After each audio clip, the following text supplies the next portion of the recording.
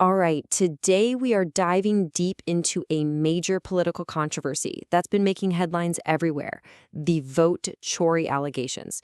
We're going to unpack the claims, look at the evidence that was presented, and break down all the official responses. So let's get right into it.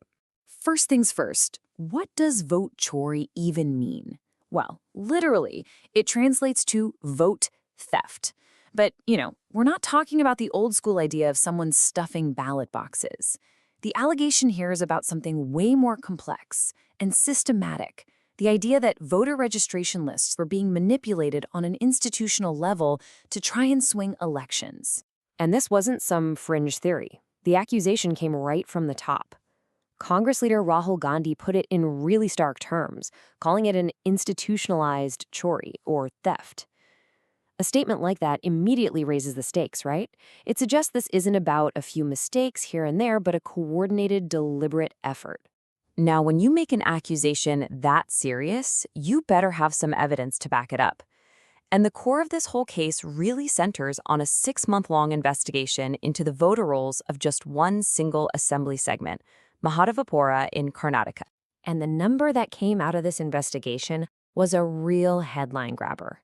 They claimed to have found over 100,000 fraudulent or, at the very least, questionable votes in this one area alone. A number that big? Yeah, that's going to get some national attention for sure. So how did they get to that huge number? Well, it wasn't just one single issue. The biggest piece of the pie, about 40%, was supposedly from fake or invalid addresses. Another huge chunk, 34%, they said came from misusing something called Form 6. Now that's a big deal because that's the form for new voter registration. So the implication is that this was a weak spot for getting ineligible names onto the rolls. The rest was a mix of duplicate voters, bulk registrations, and even invalid photos. And look, these weren't just vague estimates. They put forward very specific figures for every single category. These numbers really formed the backbone of their entire argument. Of course, you can't throw an accusation of this size at the very body that runs India's elections and expect them to stay quiet, and they didn't. This brings us to the official response from the Election Commission, or the EC. So this sets up the fundamental conflict, the real head-to-head. On one side, you've got this explosive allegation of systematic vote chori with claims of collusion. And on the other side, you have the Election Commission firing back, calling the claims baseless and arguing that this kind of talk is what really damages democratic institutions. The commission didn't just deny it either. They came back with a challenge, laying out some very specific demands. They basically told Rahul Gandhi to either submit a formal, written affidavit with all his proof within 7 days, or, if he couldn't do that, to issue a public apology. They also made a point to reject the whole phrase vote chori, saying it was harmful to the process itself. So this wasn't just a fight happening on paper between politicians and an institution. It completely erupted into a much wider political firestorm. Let's take a look at the fallout. Instead of backing down, the accusers decided to double down and take their case directly to the people. To build public pressure and just raise awareness, they launched a campaign called the Voter Adhikar Yatra, which means the Voter Rights March, over in the state of Bihar. And we are not talking about a small local protest here. This was a massive undertaking.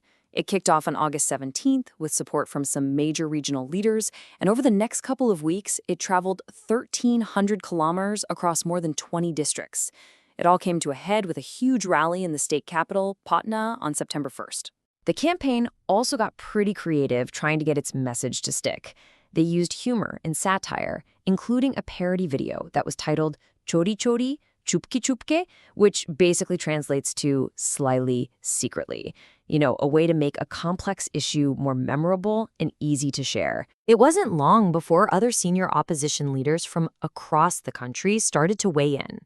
The veteran politician Sharad Pawar made the point that the Election Commission should investigate these claims, not necessarily to prove them right or wrong, but as a critical step to strengthen public trust in the whole system. And that sentiment was pretty much echoed by Shashi Tharoor. He emphasized that whether the claims were ever proven or not, concerns like these just must be addressed seriously for the sake of democracy. The argument being that the public's perception of fairness is just as crucial as the reality. Now, the governing party, the BJP, wasn't just sitting on the defensive. They launched a counterattack, accusing Rahul Gandhi and other opposition leaders of being guilty of their own electoral fraud in the past, and they even demanded their resignations. This just turned the whole thing into an even more intense political battle. So, after all the data, the denials, the marches, and the political attacks, what's the big takeaway? What does all this actually mean for the average voter, and really for the health of a democracy? This whole situation leaves us with a really critical question, one that any democracy has to grapple with. When you have serious allegations of fraud on one side clashing with absolute institutional denials on the other, what happens to public trust? How do you maintain or maybe rebuild faith in the entire democratic process? That's the question that hangs in the air long after the headlines fade away.